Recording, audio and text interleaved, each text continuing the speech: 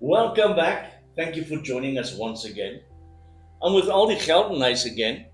Aldi, I must say, I feel like you're one of the one of the celebrities in South Africa at this point in time. You've been on TV with ENCA. Tell us all about it. Well, at least now we are two celebrities on the Oh, chain. thank you It's so not much. only me. Maybe I'm a celebrity in this block Vicinity. of the town on the wrong side of the train spur, but not in South Africa yet. What an experience. I met Mr. Dan Moyane, who is Okay. the news anchor of Yes. ENCI. And How did this come about? very interesting story. My friend that studied access bars and theta healing with me, one of her clients is the producers on the show, and who's the gentleman? I try not to upset myself. Who's the gentleman that's the minister of protecting us? We don't go to Becky. Becky's chairs. Okay, so apparently you released the crime stats, He did. and Mr. Moyane was very upset. Yes. And he said that is this not a case of something more? He's a very very wise man. It Mm. was such an experience, and he then said, but isn't there something more going on in our country than just looking at poverty and all of those things? And then obviously I wasn't in the meeting, but they decided that he wants to talk about generational trauma on his show. Ah, His great. producer then spoke to my friend who also has a wellness practice in Joburg, and she also does what I do. She's an introvert. So she made you come And in. and then the lady phoned her and said, please come on the show. It's live.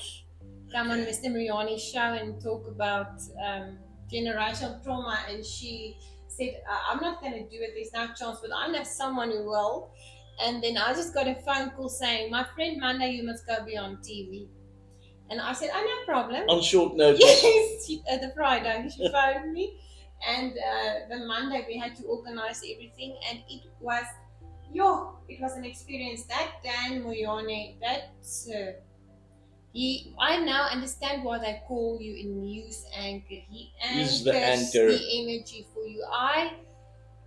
I felt so calm. It felt like this. Hmm. But his studio is amazing It's and beautiful, isn't beautiful it? and so organized. But let's talk about generational. Yeah. So as him and I were sitting, I got 10 Yeah. full minutes on air, and I will add this The video. clip with I'm us, going yeah. to add the clip to this because this is why I want to talk about it. He gave me 10 full minutes on air, and I wish that the camera was on him because I read a piece for him that is a medical term called epigenetics. Now, epigenetic means that a female baby is born with all her eggs in her ovaries intact already.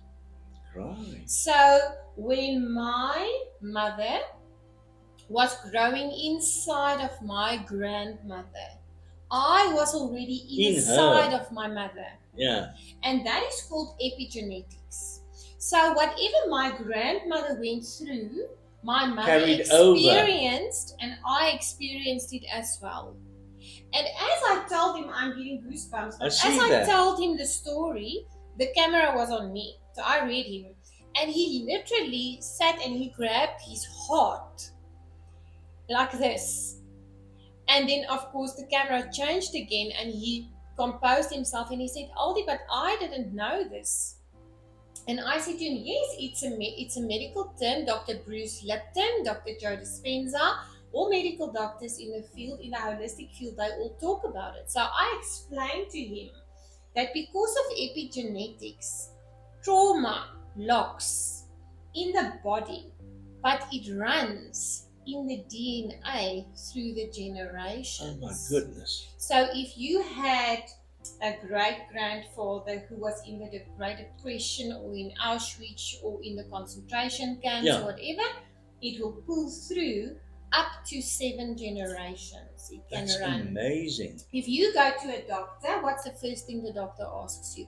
Mr. Dreyer, tell me about your Family history. He Yeah. asks about the physical family history. So what about the mental and emotional family history? Nobody What asks about the about that. spiritual family history?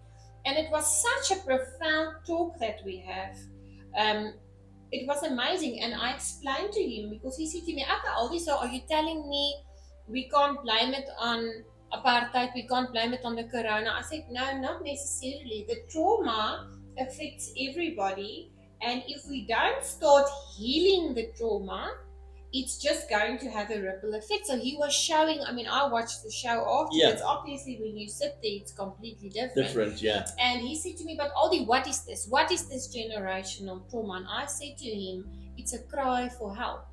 So when I see crime on the TV or I see something bad happening, I don't necessarily go into judgment anymore.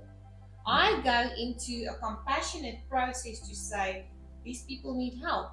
This is all a cry for help. And once we stop blaming and stop shaming and stop judging and going into a space of what can we do to start addressing this? I was about to ask. How can we make people aware? What tools, toolboxes, treatments, talks can we listen to? What can we do in our communities to start creating awareness when it comes to trauma, generational trauma, and the tools we can use to release this? Because if you release your generational trauma, if I release my generational trauma, I will release it for my son, for my grandchildren, Yeah. for my great-grandchildren. It will pull through the lineage. It has been proven scientifically that it will change. So there's a way to change not only your life, but also the life of your family and a couple of generations to come. Yes. And the change starts with us. And if we can just create more awareness. Is it in your book? A lot of tools in the book. There's a specific chapter called My Body, My Beliefs. And I tell the story about my 2 grandmothers. And my maternal grandmother, she was my best friend. And she was a very, very obese lady. She couldn't fit in an aeroplane seat. And she was on wireless until the day she got Alzheimer's. And then, of course, you don't care what you eat anymore. Do I look like I cannot fit in an aeroplane seat? No, you don't. But I have the genetics.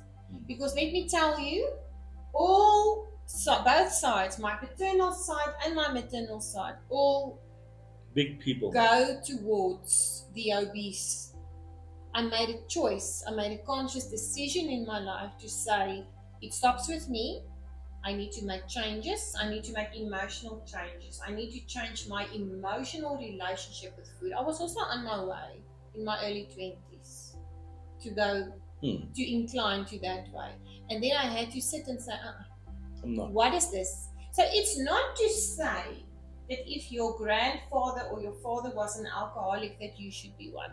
It's not to say that because there was suicide in your family that you must commit suicide. It's not to say that if there was molestation in your family that you must go through it. But unfortunately, if you look at the world around us, it just keeps repeating. Yeah. It's like that It's song like a with circle, yeah. Mike and the Mechanics. Every generation blames the one before.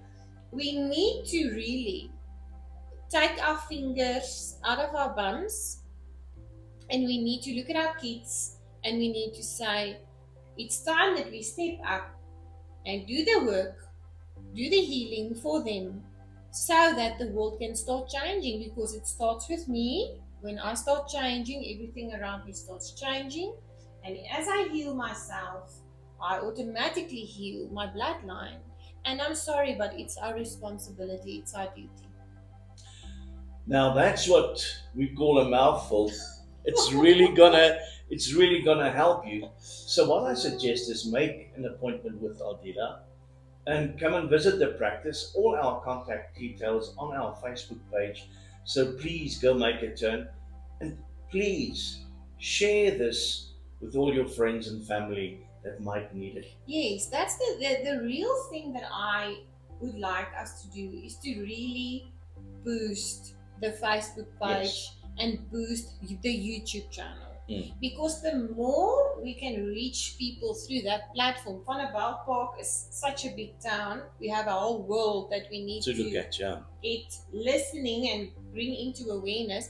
The more people can share, read the book, read other books, listen to the talks, listen to the shows, the more we can do that, the more we're going to see the ripple effect of change in the world. I hope it made a change in your life. We'll be back next week. Thank you for watching.